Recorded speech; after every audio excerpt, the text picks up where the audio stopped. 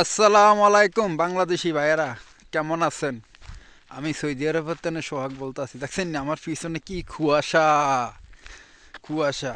সকাল 9টা বাজে, তারপরেও কুয়াশা মানে মানে কাটে না। দেখছেন সাইডে সাইড মরুভূমি আর মরুভূমি।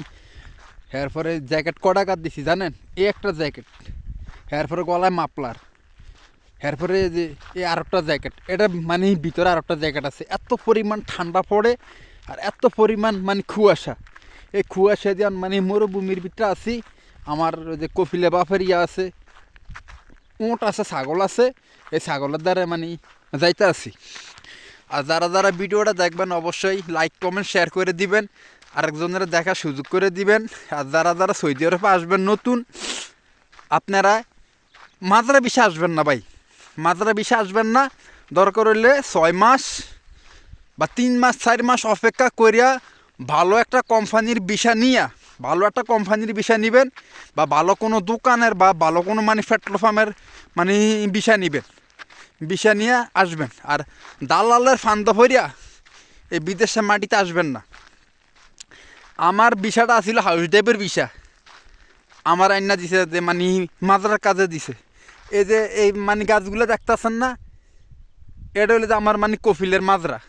ঠিক আছে, এই গাছগুলোর ভিতরে সকাল বিকেল মানে পানি দিতে হয়। এখন মানে শীতকালের জন্য এখন মানে মানে পানি দেওয়াটা মানে মানে বন্ধ। দেখছেন কি কুয়াশা, দেখছেন কি কুয়াশা।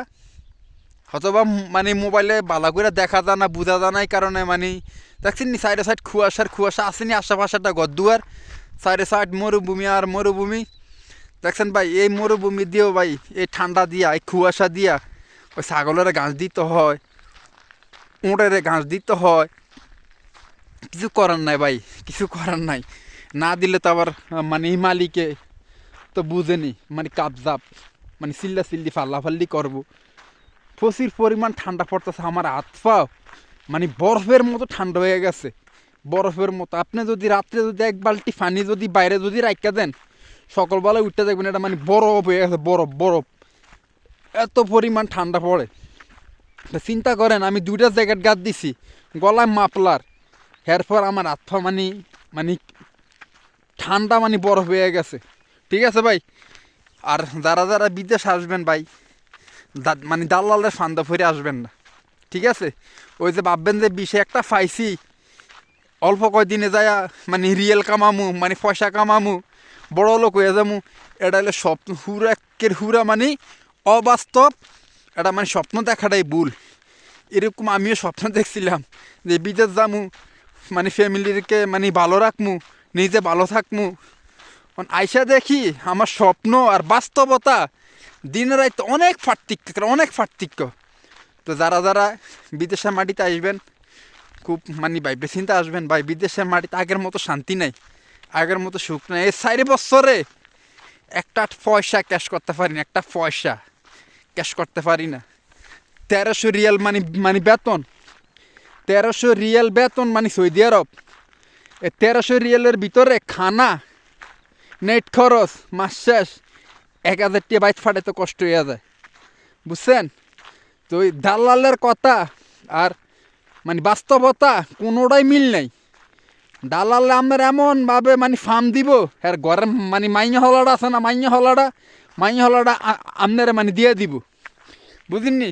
তো কেউ দালালে ফান্দ ফরিয়েন না, কেউ ওই মরুভূমি সৌদি আরব মরুভূমি তাই মানে অকালে মরেন না। অবশ্যই যদি ভিডিওটা ভালো লাগে লাইক কমেন্ট করবেন, শেয়ার করবেন, আর এক বাঙালি বাইরে দেখার সুযোগ করে দিবেন।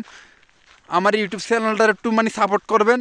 আপনাদেরকে আমি আরও ভালো ভালো ভিডিও দেওয়ার মানে দেখামু। মানে সৌদি আরবের মরুভূমির ভিতরে ঘাস খেতি হয়, ও খাজুর গাছের বাগান আছে, এরপরে ছাগল চড়াইতে হয়, উঁট চড়াইতে হয়, গরু চড়াইতে হয়, একটা সব আছে ভাই, সব আছে। তো আপনারা একটু সাপোর্ট করবেন আমার ইউটিউব চ্যানেলটারে। আপনাদেরকে আমি ভালো ভালো মানে ভিডিও দেওয়ার চেষ্টা করবো। আসসালামু আলাইকুম।